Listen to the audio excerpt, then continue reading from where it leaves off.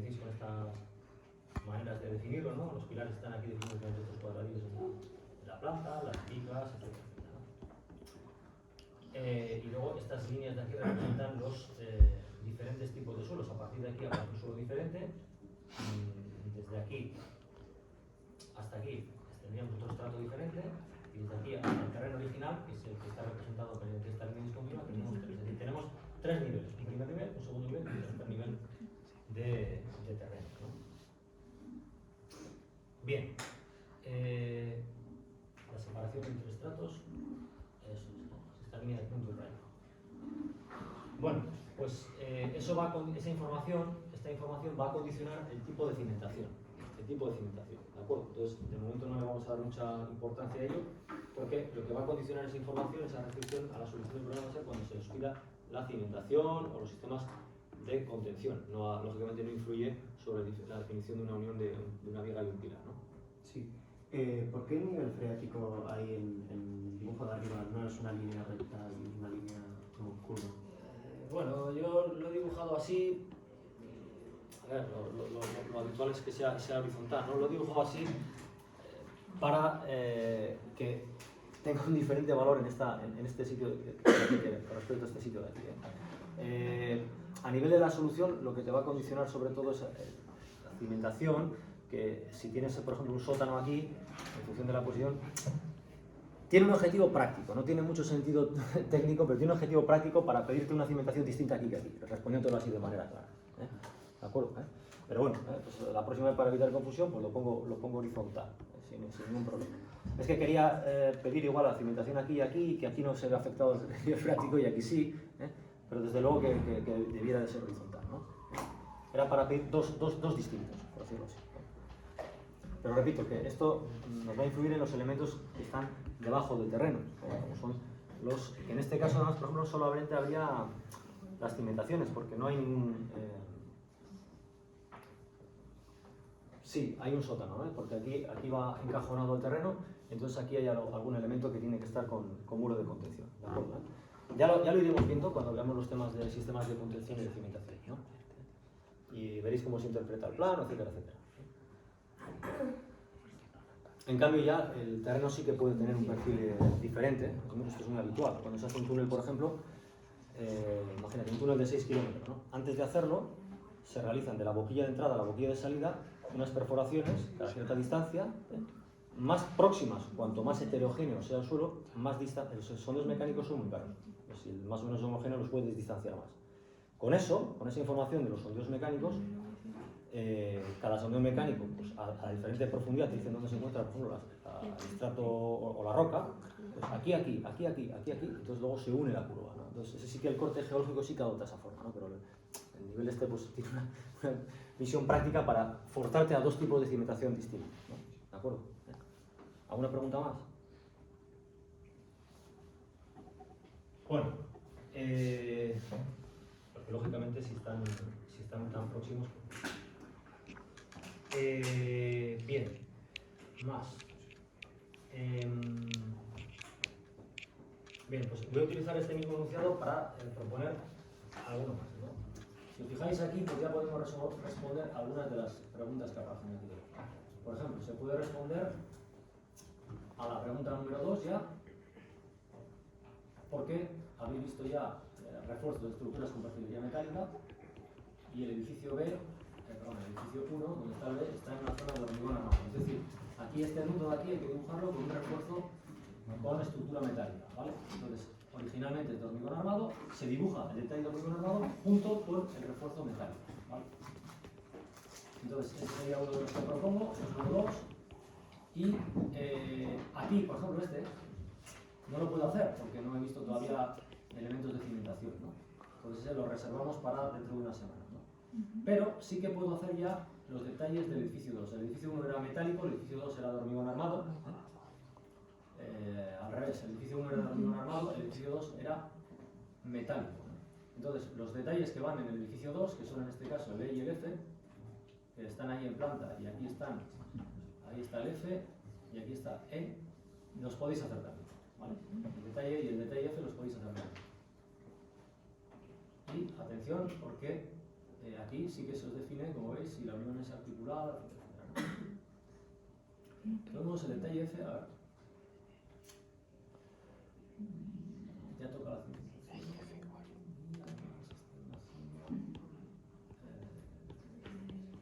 Vale.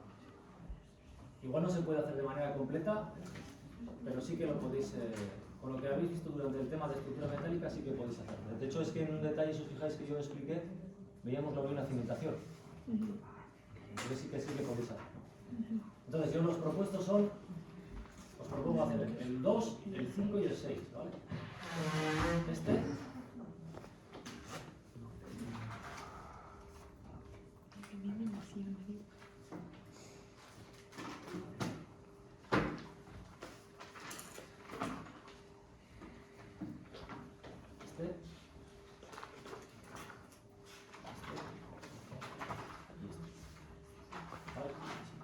Y los que nos quedan, el 3 y el 7, serán los que os pediré cuando lleguemos a los temas correspondientes. ¿Vale? Entonces, quien quiera, por favor, esta vez lo digo de antemano.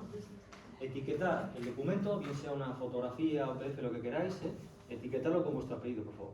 ¿Vale? Porque es que si no, 74222, ¿vale? Ponéis el nombre del archivo que sea fulanito Pérez. .pdf.jpg.tif, lo que queráis, pero que aparezca vuestro apellido. Y yo os lo devolveré con la misma extensión, con el añadido de corregido. Y si se necesita alguna vuelta más, pues lo enviéis, lo corregido y ya está. Lo vuelvo a corregir. ¿Vale? Bien, eso por una parte. Y ahora, sí. Los detalles E y F, ¿se sabe si son atornillados o soldados? Como no te lo dice, lo puedes hacer atornillados o articulados. Las dos estarían bien. Tú tienes que ceñirte a las restricciones del enunciado. ¿Te está diciendo algo sobre el tipo de unión? Sí, es articulada. Entonces el tuyo tiene que ser articulado. Ahí sí te lo está restringiendo. Pero en cuanto si soldado articulado, ahí, o sea, soldado o atornillado, ahí tienes abierto el campo, porque no te lo restringe. Es metálico, es de unión articulada, tiene distinta sección, otra restricción más a la solución. ¿Entiendes? En problemas de tipo matemático, las frases que aparecen en el enunciado te condicionan unas ecuaciones que son las restricciones para llegar a una solución. En un problema de dibujo, como es en este caso, las restricciones, que son las frases, se transforman en restricciones sobre el dibujo, descartes o selecciones. Entonces, en este caso, es muy habitual hacerlo más soldado que articulado, ¿no? A decir verdad, ¿no? Pero vamos, si lo hicieses atornillado y estuviera bien, yo lo aceptaría porque no ha sido restringido en el enunciado. ¿Alguna pregunta más? Bien. Bueno, voy a aprovechar porque creo que con vosotros me falta un último vídeo. Vi con vosotros el vídeo de cortante. Vimos un vídeo, si recuerdo que con vosotros vi el vídeo de flexión. Pero ¿vimos el de cortante? ¿Recordáis si vimos el de cortante? Hemos visto dos tipos. ¿Cuántos vídeos he visto con vosotros? ¿Dos o tres? Dos. ¿Eh? Dos, pero uno en 2 días. Pero uno era el de la planta industrial aquí, ¿no? Donde se veían los ensayos y tal.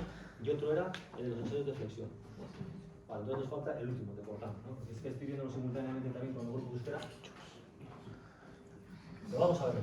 Aprovechando que la clase de hoy es larga, y ya llevamos 1 hora de teoría, pues lo vamos a ver.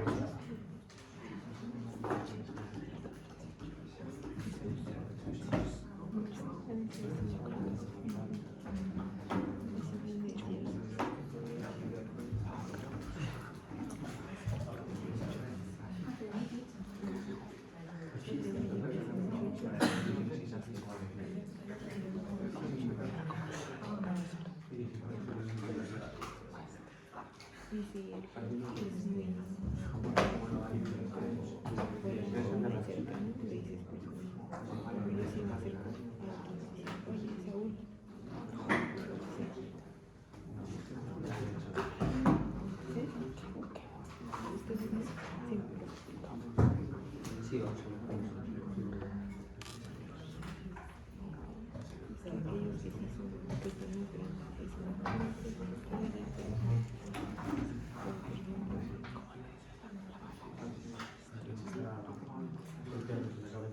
Este vídeo corresponde a la parte de hormigón armado.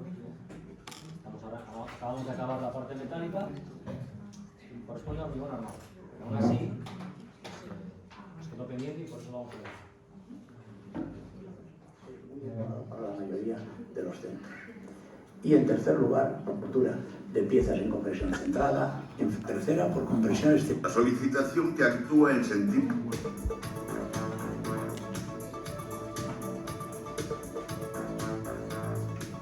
Se define como esfuerzo cortante la solicitación que actúa en sentido ortogonal a la directriz de la pieza, solicitando a cualquier rebanada elemental de la misma de acuerdo con lo que se indica en la figura.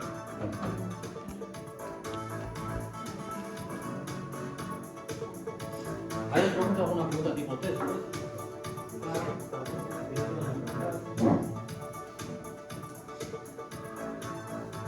Un ejemplo práctico y muy frecuente de solicitación a esfuerzo cortante lo constituye el caso de las vigas. En la figura se representa un dintel continuo sometido a carga uniforme en toda la luz. La ley de momentos flectores tiene el trazado parabólico que se indica en la figura y correlativamente la ley de esfuerzos cortantes es la lineal también indicada.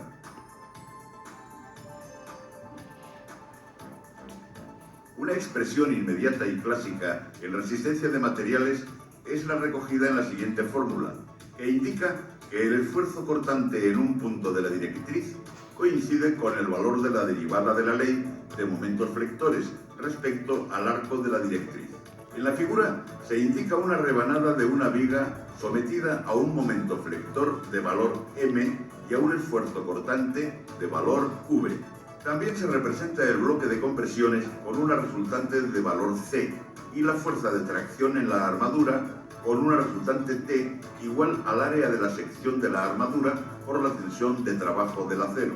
El brazo mecánico Z es la distancia entre la resultante del bloque comprimido C y la de las tracciones en la armadura T.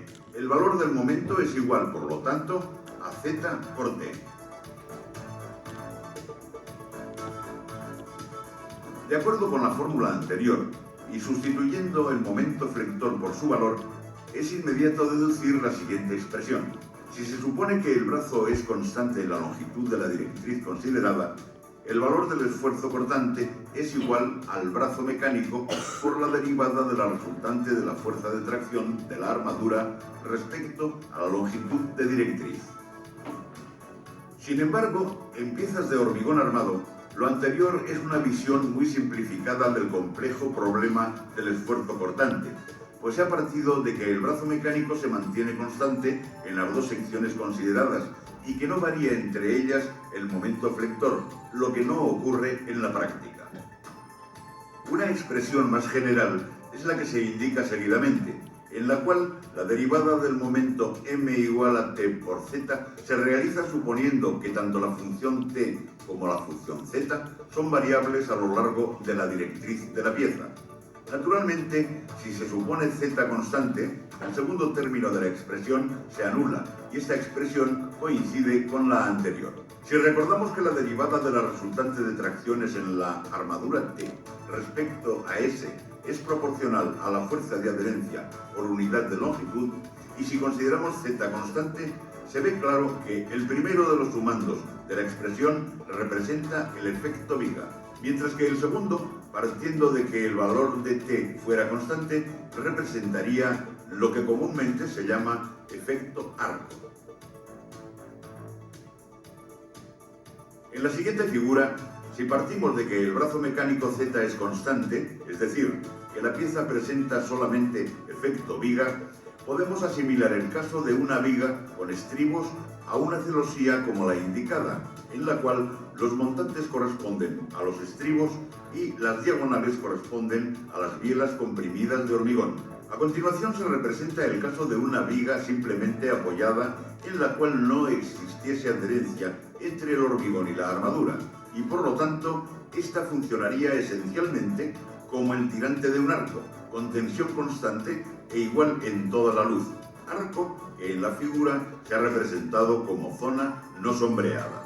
Naturalmente, el esquema de funcionamiento en la práctica de la construcción es más complejo, y en general el funcionamiento de las vigas es una mezcla del efecto arco y del efecto viga. El cálculo a esfuerzo cortante se basa en un tratamiento relativamente simplificado, el cual se indica esquemáticamente en la figura.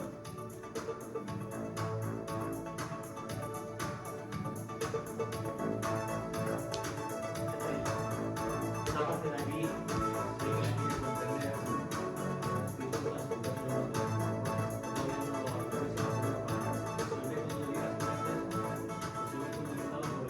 El esfuerzo cortante resistido por la sección de hormigón armado en la normativa actual viene representada por la fórmula siguiente, de tipo determinista, es decir, expresada en valores característicos.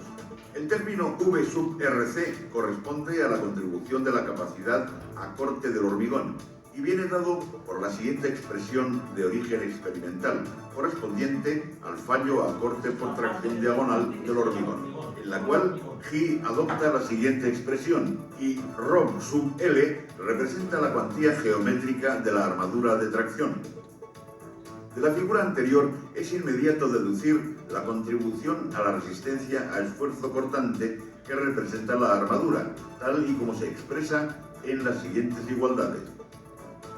Y como tau sub RS adopta el valor indicado, resulta la siguiente expresión de la contribución de la armadura transversal, en la cual A sub alfa es el área de armadura de corte por unidad de longitud, que forman un ángulo alfa con la directriz de la pieza, y F sub I alfa D, la resistencia de la armadura A sub alfa. Para alfa igual a 90 grados, caso de los estribos verticales, y Z igual a 45 grados, como es hipótesis usual en hormigón armado, la expresión se transforma en la siguiente. es la contribución de los estribos a la resistencia del cortante. El cortante que hay en la extremidad, parte se lo lleva al hormigón y esa parte se lo lleva al elástico. Es necesario vigilar no solamente la posible rotura a esfuerzo cortante debida al fallo por tracción diagonal del hormigón o por agotamiento de la armadura, sino también a un tercer fenómeno, que es el de una compresión excesiva en las bielas. La deducción de la compresión en las bielas es inmediata de acuerdo con lo que se indica a continuación, de donde pueden deducirse las expresiones siguientes, debiendo limitarse sigma sub c a un máximo de 0,6 f sub cd, que con gamma sub c igual a 1,5 equivale a 0,4 f sub ck. Para alfa igual a 90 grados y z igual a 45 grados, la capacidad a corte debida a la máxima compresión de la biela resulta. En todo lo anterior se han manejado valores característicos de f sub ck y f sub ik y valores deterministas v sub r, v sub rc y v sub rs, como corresponde a un tratamiento determinista para la interpretación de los ensayos que siguen. Para el proyecto deben por supuesto emplearse los valores de cálculo, introduciendo los valores de los coeficientes parciales de seguridad. Pasemos ahora a visualizar las formas posibles de agotamiento producidas por el esfuerzo cortante. En la figura vemos el caso habitual en piezas sin armadura transversal o con muy baja capacidad mecánica de armadura transversal. En este caso, el fallo se produce por agotamiento a tracción del hormigón, por lo que comúnmente se llama fallo por tracción diagonal. Una segunda forma de fallo es la usual en piezas en que la armadura transversal representa una fracción importante de la resistencia a esfuerzo cortante. En esos casos, la rotura se produce por agotamiento de los estribos, es decir, por haber alcanzado estos su límite elástico. Una tercera forma de agotamiento puede presentarse si los estribos están insuficientemente anclados en la cabeza comprimida de la pieza, tal como se ve en la figura. En este caso, el fallo no se produce realmente por agotamiento del acero de los estribos, sino por deslizamiento de estos. Finalmente, un fallo muy infrecuente en la práctica, pero técnicamente posible y que por lo tanto debe vigilarse, es que, aun teniendo la pieza capacidad suficiente para resistir las tracciones diagonales en el hormigón y los esfuerzos en los estribos, resulten excesivas las compresiones en las bielas comprimidas. Tal como se indica en la figura, la biela comprendida entre dos fisuras consecutivas se encuentra sometida a un esfuerzo de compresión, tal como analizamos anteriormente. La biela no solamente está sometida a unos esfuerzos de compresión paralelos a su plano medio, sino que además y debido a la presencia de los estribos, se encuentra sometida también a tracciones perpendiculares a dicho plano medio, lo cual conduce a que la capacidad de compresión de las bielas sea un caso más desfavorable que el caso general de compresión centrada, donde no existen tales tracciones ortogonales a la directriz. Por este motivo, en la deducción que hicimos anteriormente de la compresión en la biela, la máxima compresión se limitaba a 0,60 F sub CD, en lugar del valor habitual de 0,85 F sub CD, que se maneja en piezas comprimidas. Expuestas las posibles formas de fallo a esfuerzo cortante, vamos a contemplar a continuación el ensayo de 4 vigas, cada una de ellas agotada por una de las causas que han sido expuestas anteriormente. La viga número 1 tiene una sección de 20 por 40 centímetros, habiéndose empleado un acero de 500 newtons partido por milímetro cuadrado de límite elástico y un hormigón de 30 megapascales de resistencia. La viga está armada a flexión con 6 redondos del 16 y lleva estribos de 5 milímetros de diámetro cada 290 milímetros. La contribución a corte de los estribos es muy débil y conduce a una relación de la capacidad a corte de los estribos dividida por la capacidad a corte del hormigón de 0,52, todo ello en valores característicos. La viga número 2 posee también una sección transversal de 20 por 40 centímetros, armada a flexión con 6 redondos de 20 milímetros de diámetro. En los extremos de la armadura inferior se han colocado unas placas para garantizar las condiciones de anclaje durante el ensayo. El acero empleado es también de 500 newtons partido por milímetro cuadrado, de límite elástico, y el hormigón de 30 megapascales de resistencia. En este caso, la armadura transversal está constituida por estribos de 10 milímetros de diámetro colocados a 140 milímetros de separación, lo que da una relación entre la capacidad a corte de los estribos dividida por la capacidad a corte del hormigón de 3,82, todo ello en valores característicos. Es decir, estamos ahora ante una viga en la cual la contribución a corte de la armadura transversal es muy importante comparada con la contribución a corte del hormigón. La viga 3 es una viga idéntica a la viga 2, salvo que los estribos no se han cerrado en la armadura de montaje superior y además se han dispuesto unos pequeños manguitos de plástico en los 5 centímetros superiores para impedir la adherencia. Por esto se ha tratado de representar unos estribos que estuviesen defectuosamente anclados en la cabeza comprimida de una pieza.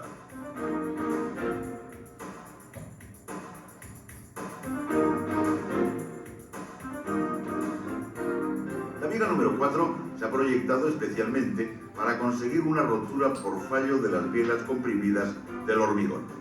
Como hemos dicho anteriormente, este tipo de fallos solamente puede presentarse en piezas que tengan una gran cabeza comprimida con almas relativamente delgadas, y para ello se ha fabricado una viga de 25 por 50 centímetros con un aligeramiento del alma, dejando un ancho de la misma de 12 centímetros. Lleva una armadura inferior de tracción de 8 Fi 25 con 6 Fi 25 alojados en la cabeza de compresión. La armadura transversal la componen 2 barras de 16 milímetros cada 100 milímetros para garantizar que no se produce el fallo por falta de capacidad de la armadura transversal.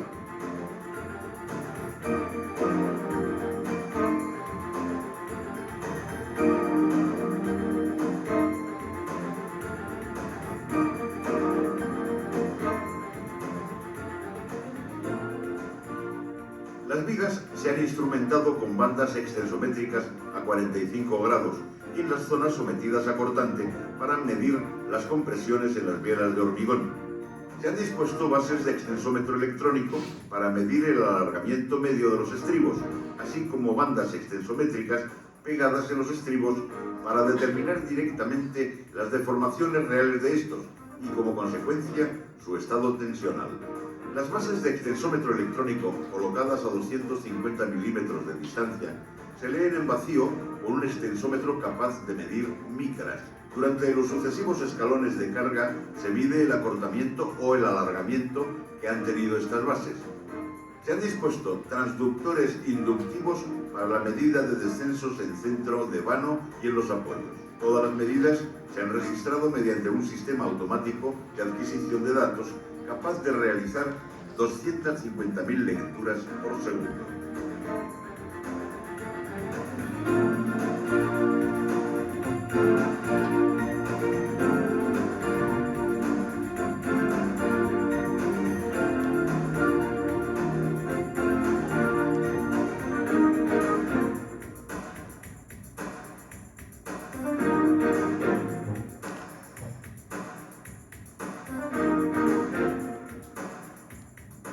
Imágenes podemos ver la disposición del ensayo. Las vigas se han ensayado con una luz de 4,90 metros, con cargas puntuales a 1,20 metros de cada uno de los apoyos. Los diagramas de esfuerzos aplicados mediante cargas puntuales son los que se ven en la figura.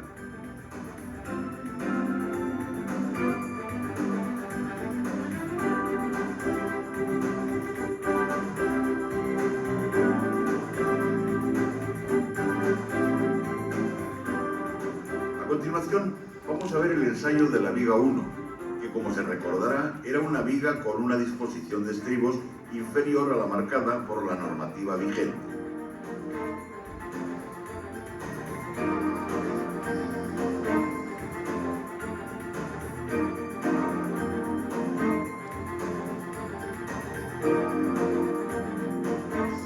En este momento, la viga está sometida a la aplicación del escalón de servicio correspondiente a un esfuerzo cortante de 42 kilonewtons.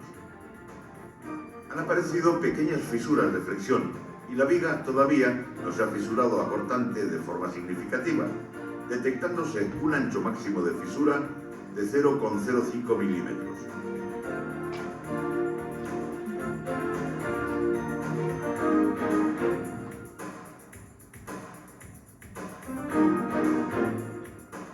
Esto puede verse en el gráfico que se presenta a continuación, en el cual se puede ver un estado tensional muy bajo de los estribos. En el eje de ordenadas se ha representado el cortante aplicado en el ensayo con relación al cortante de servicio. Igualmente, y como puede verse en el siguiente gráfico, las deformaciones en las bielas comprimidas del hormigón también son muy moderadas, no llegando a las 100 microdeformaciones. En este momento estamos viendo la aplicación del momento de cálculo, en el cual la viga ya muestra una fisuración a flexión relativamente importante, y se han fisurado las zonas sometidas a cortante, con fisuras inclinadas, como puede verse en las imágenes.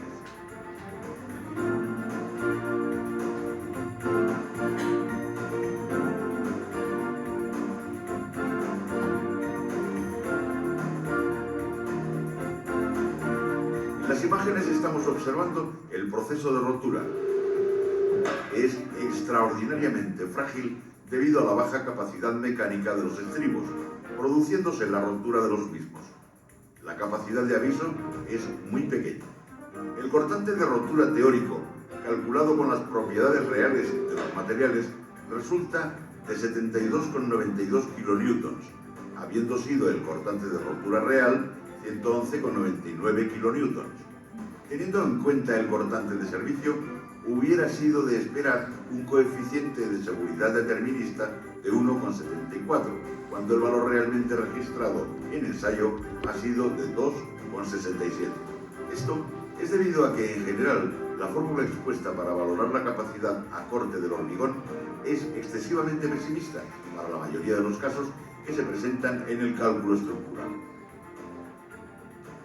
La medida de deformaciones en el acero de los estribos próximos a la zona de rotura ha conducido a una tensión en los mismos de 598 newtons partido por milímetro cuadrado antes de producirse la rotura. Las deformaciones en las bielas comprimidas del hormigón puede verse que eran muy moderadas y han sobrepasado ligeramente las 800 microdeformaciones.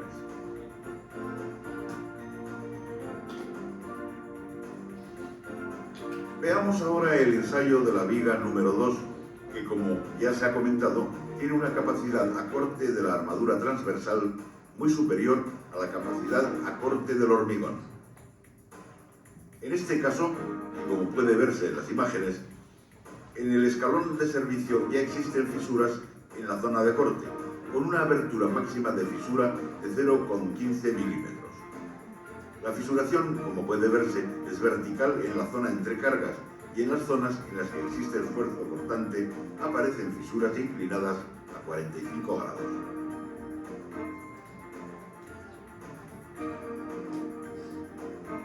En el gráfico podemos ver la evolución del ancho de fisura en la zona de apoyo y las tensiones en los estribos bajo la aplicación de un cortante de servicio de 137,4 kN. También podemos ver las deformaciones del hormigón en las bielas comprimidas.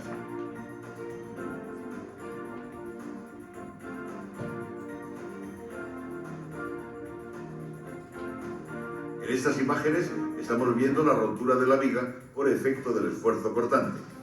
Como puede verse, en este caso no se produce la rotura de los estribos, produciéndose la rotura por la plastificación de los mismos.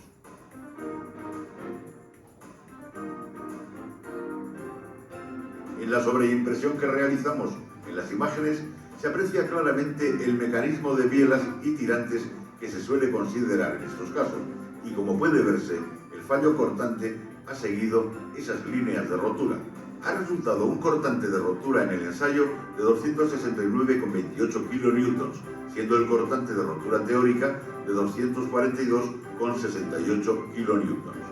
El coeficiente de seguridad determinista teórico era 1,77, habiéndose registrado un valor de 1,96, más bajo que en el caso de la viga número 1, al estar minimizado el efecto de la capacidad a corte del hormigón, que, como ya se ha comentado, resulta en general conservadora.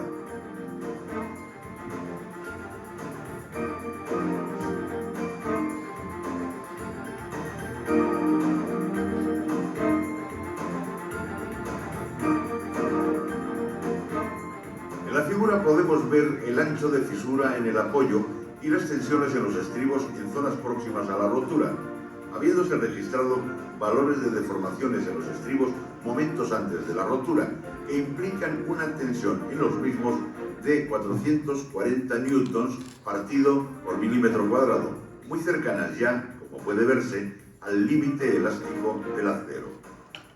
Las deformaciones del hormigón en la biela comprimida son relativamente moderadas e inferiores a las registradas en la viga número 1. En las imágenes pueden verse las formas de rotura de las vigas 1 y 2 y cómo clarísimamente se aprecian unos mecanismos de fallo diferentes por tracción diagonal en el caso de la viga número 1 y por agotamiento de la capacidad de los estribos en el caso de la viga número 2. Si observamos la evolución de las tensiones en los estribos de las vigas número 1 y 2, vemos cómo en la viga 1 los estribos entran más tarde en funcionamiento y alcanzan tensiones mayores que en la viga número 2.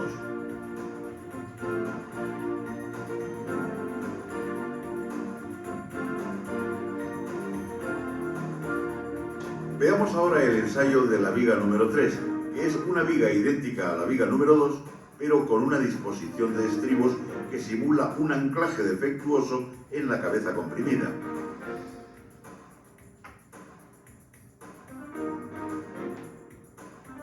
Estamos viendo las imágenes correspondientes al escalón de servicio, en el cual se registra una fisuración muy similar a la registrada en la viga número 2, con fisuras de trazado vertical entre cargas y fisuras inclinadas en las zonas extremas sometidas a esfuerzo cortante.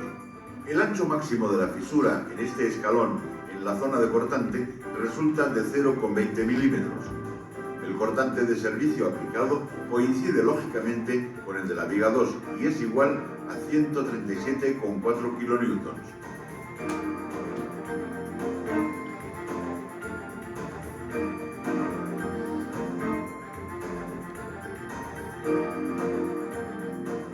En los gráficos podemos ver la evolución de las magnitudes instrumentadas justo hasta el escalón de servicio.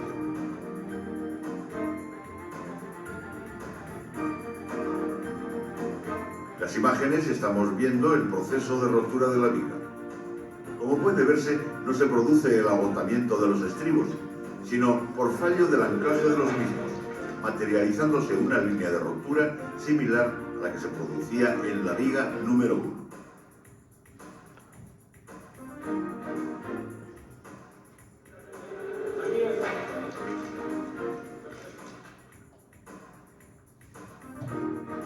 cortante de rotura teórico era similar al de la viga número 2 e igual a 244,17 kN. El cortante último registrado en el ensayo ha sido de 224 kN y por lo tanto ha resultado inferior a este valor. Resulta un coeficiente de seguridad determinista de 1,63 por debajo del valor teórico y más bajo que el registrado en la viga número 2, idéntica a la 3, salvo en el anclaje de los estribos. Claramente en el gráfico se aprecia cómo en la curva de tensiones en los estribos se registra el fenómeno del deslizamiento, alcanzándose solamente valores de la tensión en los estribos ligeramente superiores a los 300 newtons partido por milímetro cuadrado. En las imágenes estamos viendo la comparación entre las roturas de las vigas 2 y 3, idénticas en todo, salvo en el anclaje de los estribos.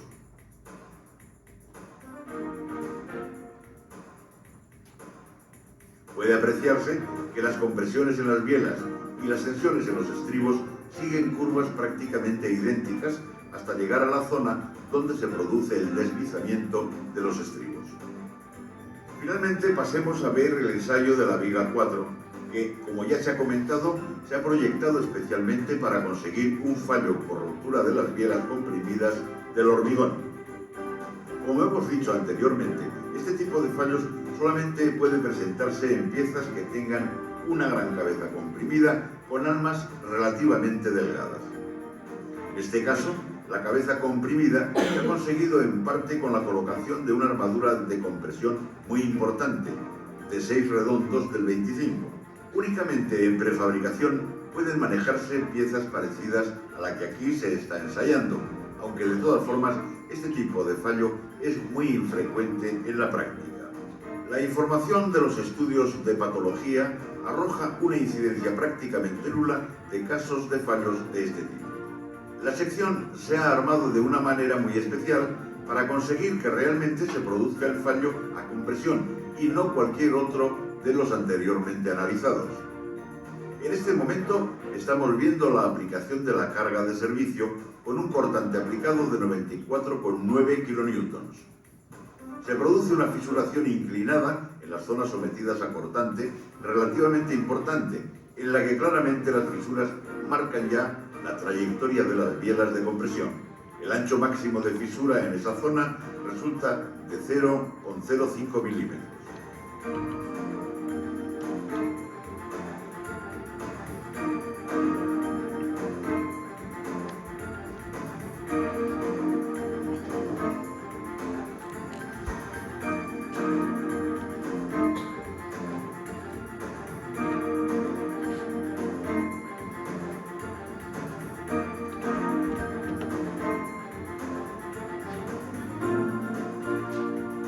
En las imágenes se ve la forma en la que se produce la rotura, siendo una rotura con no mucha capacidad de aviso y produciéndose por fallo del hormigón en compresión en la zona entre fisuras.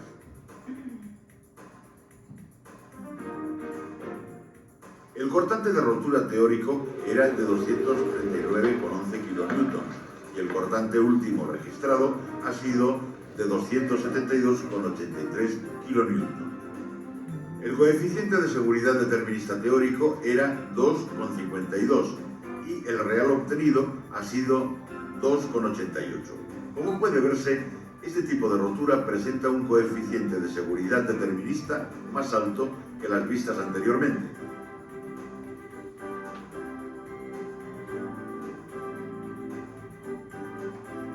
En el gráfico que sigue podemos ver la evolución de las tensiones en el estribo y las máximas compresiones registradas en la viga. Las tensiones en el estribo no superan los 130 newtons partido por milímetro cuadrado, mientras que las deformaciones en las bielas superan el 3 por 1000 de deformación, lo que supone prácticamente el agotamiento del hormigón en compresión. En la imagen podemos ver la comparación de las roturas de las vigas 2 y 4 por agotamiento de los estribos en el primer caso y por compresión de la biela en el segundo.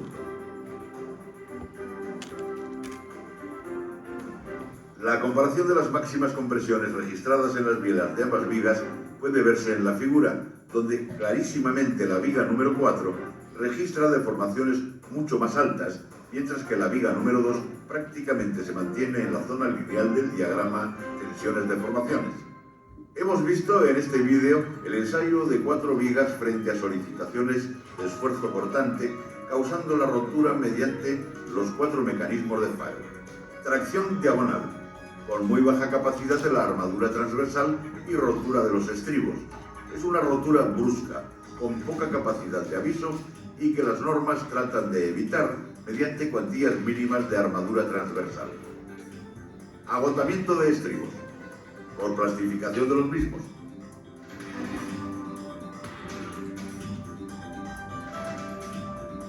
Fallo del anclaje de los estribos por anclaje defectuoso en la cabeza comprimida. Es una rotura que tampoco tiene capacidad de aviso y se produce con cargas inferiores a las teóricas. Fallo a compresión de la biela de hormigón. Aunque es una rotura con no mucha capacidad de aviso, su coeficiente de seguridad determinista es superior a los otros mecanismos de fallo que hemos visto.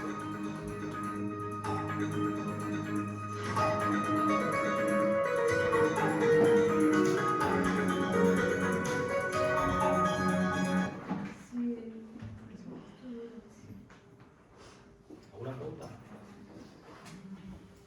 ¿Hay algo que queréis que repita, que explique, algo que no se ha entendido?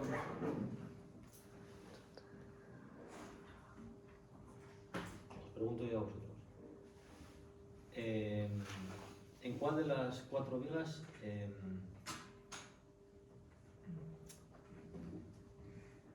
entran más? Vamos a comparar 2 casos, ¿no? Vamos a comparar el caso de la viga que tenía, por ejemplo, la armadura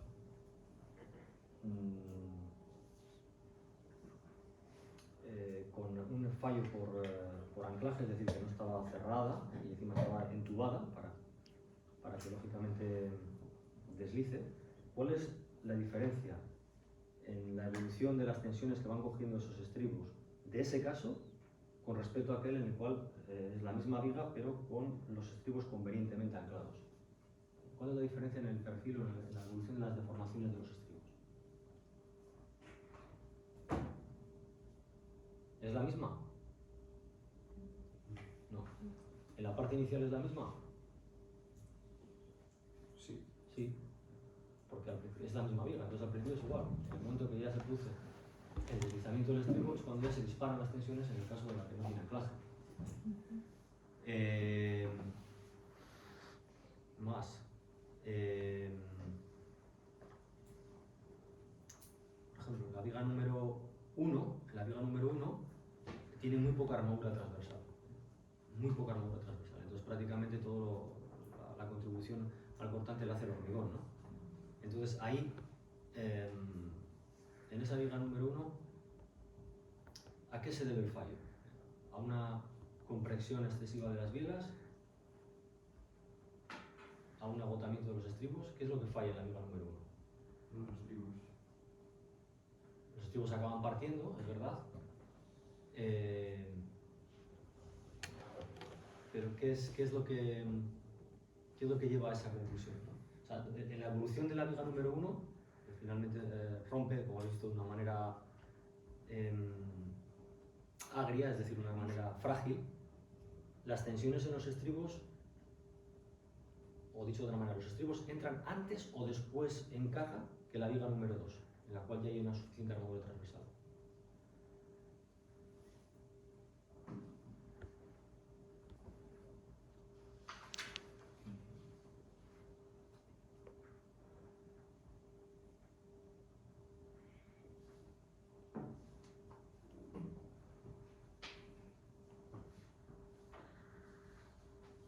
El fallo en esa viga lo que se produce es por tracción diagonal,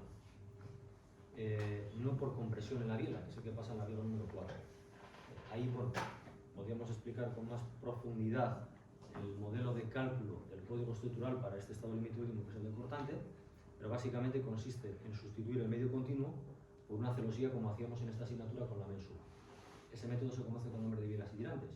En este caso, las bielas eran las zonas de hormigón comprimido y los tirantes eran los estribos. Ya sé que los estribos estaban colocados a 90 grados. A veces los estribos se curvan ligeramente porque es una posición más óptima. Están colocados en la dirección de las tracciones. Entonces, a veces se colocan así, pero en la dirección de las tracciones. Pero muy habitualmente se colocan perpendiculares. A pesar de que si los colocáramos así, nos podríamos distanciar más porque están colocados en la dirección de las tracciones.